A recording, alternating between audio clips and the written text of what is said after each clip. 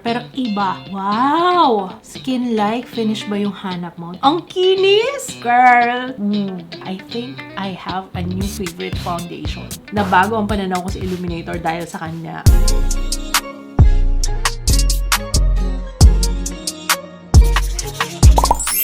Hindi ko alam kung magkakasya dito, guys, ano? Oh my God! Ito na yung pinakamalaking PR box na na-receive ko from Vice Cosmetics. Move in 4D Vice Cosmetics Collection. Napakalaki!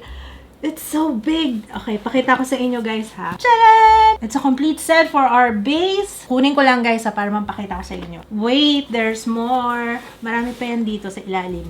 Yeah! Oh gosh, ang dami pala talaga. Kaya naman pala ang bigat-bigat. Meron tayong hydrating primer, illuminator, foundation, color corrector, cream tri-palette, which comes in different shades as well. Talaga ba? Yung foundation, they have in total 10 shades. Very inclusive. Liquid illuminator comes in 2 shades, Halo and Ambient. I have both. We also have the Baked Complexion Powder, which comes in 5 shades in total. Meron din ako nun lahat ng shades.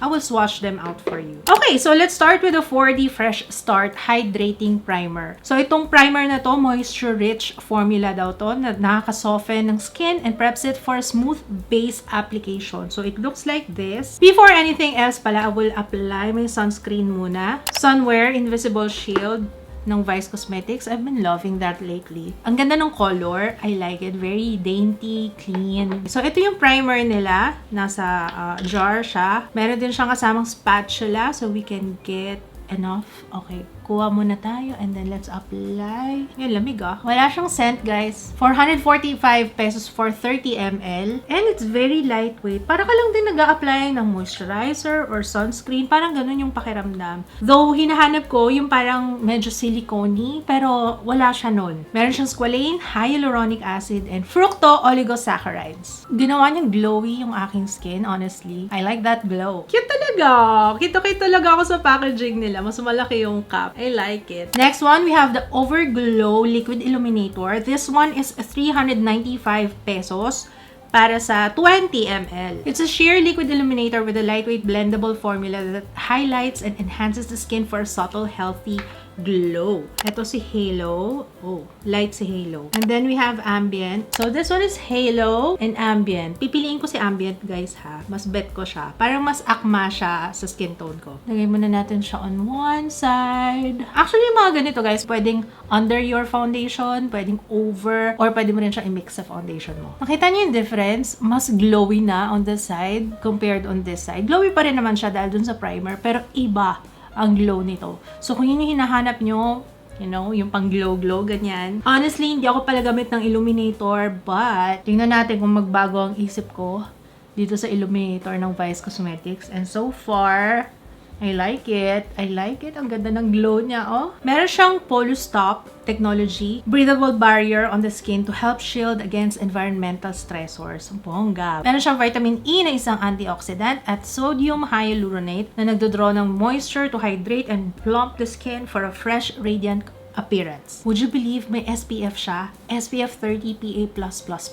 And yung scent niya, merong vanilla scent na it smells nice and naamoy ko yung sunscreen. Honestly, wala akong nafe-feel na lagkit.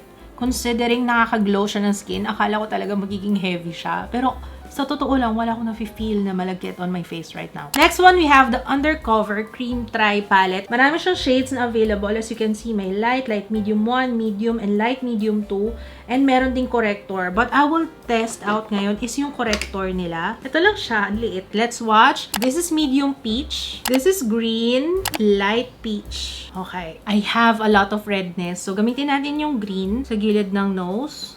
Actually, sa my nose mismo. Ang dami kong redness dito sa gilid ng nose. Alam nyo, guys, fingertips is the way to go. Feeling ko nakakatulong yung warmth talaga nung daliri natin para ma-blend out siya ng maayos. Ang ganda, oh. Daliri it is. Medium peach para sa mga blemishes ko, nakitang-kita. And then light peach para sa under eye area to brighten. Now, let's blend. I prefer Blendy Puff for blending this. Though you can use a brush, ikaw na bahala dyan, okay? I find this much easier para sa akin. And napansin nyo, inuna ko to before the foundation. Mas gusto ko muna mag-color correct talaga before I put my base. Add lang ako ng additional kasi parang namumula pa tong aking nose. Tandaan nyo guys, redness, green yung ilalagay nyo. Basta kung ano yung opposite side sa color spectrum. Ano yung color spectrum? Google mo, teha!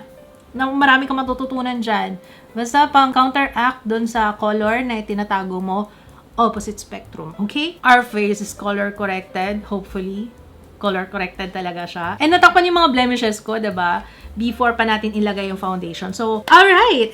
Dito talaga ako excited guys sa foundation nila. Sa totoo lang, ang favorite ko na foundation sa Vice Cosmetics, yung skin tint nila.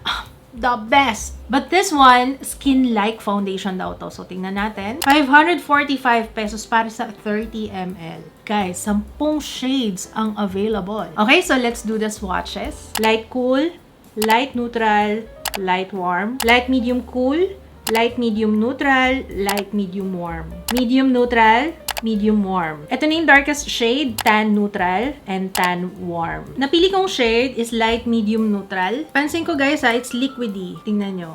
Watery siya. Apply muna natin siya on one side of my face. Manipis lang siya na foundation, guys. Let's blend. Wow! Skin-like finish ba yung hanap mo? This one is very nice, guys. Ang ganda. Ang kinis! Mas preferred ko yung puff pang-apply sa kanya kasi mas madali. Skin-like siya, guys, ha? Nakikita ko pa rin yung skin underneath pero tingnan niyo yung glow on my skin and ang ganda ng itsura. Wow! Guys, tingnan nyo. Kahit malalaki yung aking visible pores dyan, ang ganda pa rin na itsura niya. Actually, hindi niya na-emphasize eh. Pinaka-selling point sa akin is yung glow sa skin ko. I needed that. So, apply na natin siya on the rest of my face. Parang mas bet ko yung daliri muna ilagay. Ganyan ko na lang muna and then saka ko siya i-blend with the puff. See, that's easier. This one is neutral. Dapat pala nag-warm ako. Pero anyway, nag-neutral talaga ako ngayon. Play safe. Pero next time, I think I'm gonna get yung warm. Feeling ko mas bagay sa akin. Mas akma talaga sa akin. Okay, ito na siya mga kaibigan. As you can see, very flawless, very, wow. Skin-like finish pa rin. Yun naman ang claims niya. So, I would say light to medium coverage. Kasi nakikita ko pa yung mga malalaking blemishes, yung mga pimple marks ko here and here. Pero ayos lang yan. Pwede nating patungan ulit yan with the medium peach here. Ayan. I-mix ko siya with the light peach. Oh, perfect. I-mix mo it together. Pang spot conceal. See? Alright guys, tapusin ko muna yung aking entire face. Magsaset din ako with powder. And I will be back. Our makeup is done. Ang fresh ko. Alam niyo yun. Parang ang radiant ng skin ko. I love it. Medyo maputi pa sa akin to si light, medium, neutral. Dapat pala medium, neutral na lang yung ginamit ko. But I like it. I look so fresh. So radiant. Very lightweight. At saka parang, alam niyo, nakikita pa rin yung skin ko. Pero tingnan niyo naman yung glow. Tingnan natin siya on natural lighting. Actually, alis na tayo. Tara na. Alright guys, ito siya on natural lighting. Ayan, paalis na tayo kasi pupunta ako ng dentist ngayon. But, yeah. Ang ganda niya. Ang fresh. Ang fresh. Sa true lang guys. Tignan niyo up close. Guys, it's 4:23. First touch up. Kasi actually nakalimutan ko guys. Meron pala tayo nito so magta-touch up tayo. This is the 4D Sheer Fix Baked Complexion Powder. In total, meron tayong 5 shades dito. Light cool, light neutral, light medium warm, light medium cool. Medium warm, hindi mo na siya makikita kasi talagang perfect siya sa skin tone ko. Ang gaganda ng shades, sa totoo lang. Parang nahirapan akong mamili kasi halos lahat sila. Parang okay lang naman na magamit as powder. Pero pipiliin ko si medium warm since medyo lighter yung nagamit ko na foundation. Actually, ngayon, nag-tone down na siya, guys. Ayan, nakikita niyo yung glow sa cheeks ko. I'm not sure kung yung illuminator yan, or yung primer, or lahat sila. Pero I like it. Kahit na may visible pores ako, parang ang healthy tingnan ng skin ko. Sa true lang talaga. Tapos galing pa tayo sa labas. At ang init sa labas ha. Nagpa-dentista pa ako niyan. Medyo may talsik-talsik pa tayo dyan sa mukha. Pero, girl, let me blot. Tingnan natin kung talagang oil yan or glow lang from within. Konting-konti lang. Konting-konti lang yung oil, oh. Blot na natin dito sa noo. Actually, sa T-zone talaga ako ma-oily. Sa T-zone to, guys. Yan pa lang yung nakukuha. Hindi ko napakita kung anong oras ako natapos mag-makeup. It's around 2:30. Right now, it's 4:30. So, 2 oras pa lang naman yung nakalipas. Let's do a touch-up. I will use yung medium warm nitong Baked Complexion Powder. Brush muna yung gagamitin ko. Let's see. It's okay for me. Nice. Yan. You can use a brush or pwede naman ding puff. Okay? Pwede rin naman puff. Kayong bahala kung anong gusto nyo pang apply. It has a microfine pure powder technology na maganda yung pagkaka-blend out sa skin. Nabablur niya and nakokontrol niya yung excess oil, excess shine. I'm smiling kasi gusto ko yung nakikita ko sa salamin. Parang, girl, napaka-fresh ko. Parang hindi halatang mainit ngayon. Parang pahulas na yung katawan ko, pero yung mukha ko, girl, lalaban sa summer talaga. Siguro ang selling factor sa akin nito is yung lalagyan. Ang cute-cute ng lalagyan, guys. Sobra. Tanggalin ko lang yung film, ha. Ang ganda ng component. Tuwa ako masay. Tingnan nyo. Ang cute niya. Cute-cute ko sa kanya. Parang girly-girly lang tingnan. I love it. Nung naglagay tayo ng powder, natakpan yung glow on my skin. Sana mamaya lumabas siya ulit. Pag lumabas ulit yan, Illuminator is doing its job. Gusto niyo ba makita up close? Ayan. O, tingnan nyo up close yung aking skin. It looks really nice. Tingnan nyo, hindi man lang siya nagsettle sa visible pores ko. Ganda! So far, so good. Wala pa akong reklamo. Yung Undercover Cream Tri Palette, in fairness, in-expect ko yan dahil cream siya. Sabi ko, baka mamaya humihiwalay na siya sa skin ko. Pero may nakita ba kayo nung zoom in natin? Wala, 'di ba? So, babalik ako mamaya for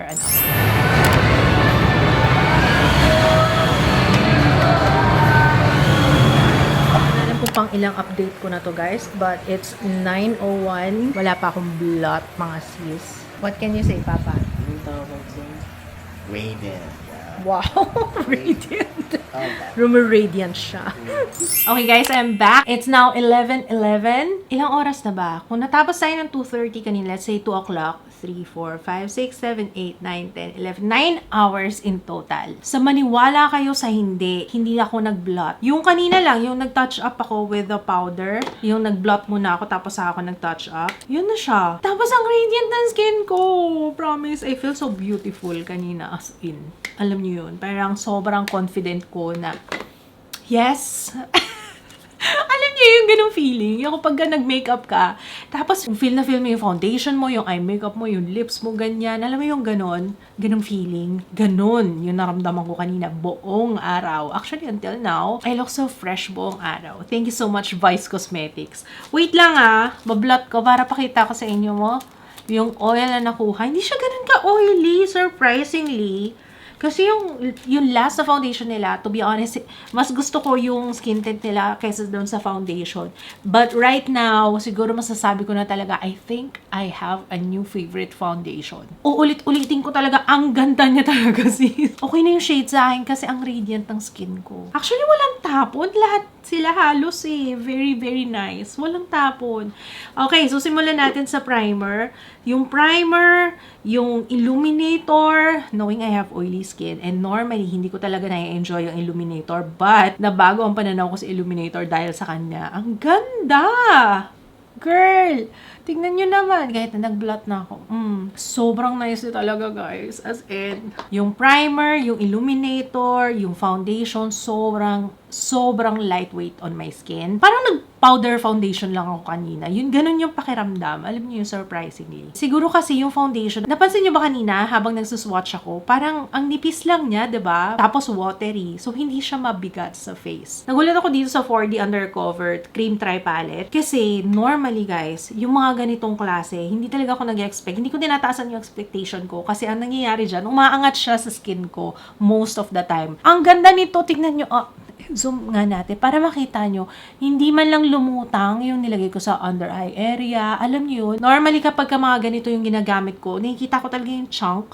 Alam niyo yun, parang humihiwalay na siya sa skin ko. Parang ganun yung itsura. Pero ito parang foundation lang talaga yung in-apply ko. Wala akong nakita na umangat whatsoever. Sige nga, mag-touch up nga tayo with powder. Pwede pa to Pwede pa nga irampa tong mukhang to talaga sa totoo lang Pakita ko sa inyo, guys, how good the powder is. Tingnan nyo naman, konting apply lang, Oh, good as new yung face ko. Hindi halatang alas 11 na ng gabi. Alam niyo, parang may rampa pa rin ako ganon. I love it so much, Vice Cosmetics. Ang ganda nito, True Wear Skin-Like Foundation. Talagang skin-like talaga siya. Ginamit ko light, medium, neutral, Actually, okay na siya sa akin. Kasi parang ang radiant na skin ko. Ayoko din kasi ng sobrang dark, especially kapag lumalabas. Sa on camera, mas preferred ko yung close na close talaga on my skin tone. Pero pag lakad ko, kunwari lalabas akong ganyan, hindi importante yung sa camera.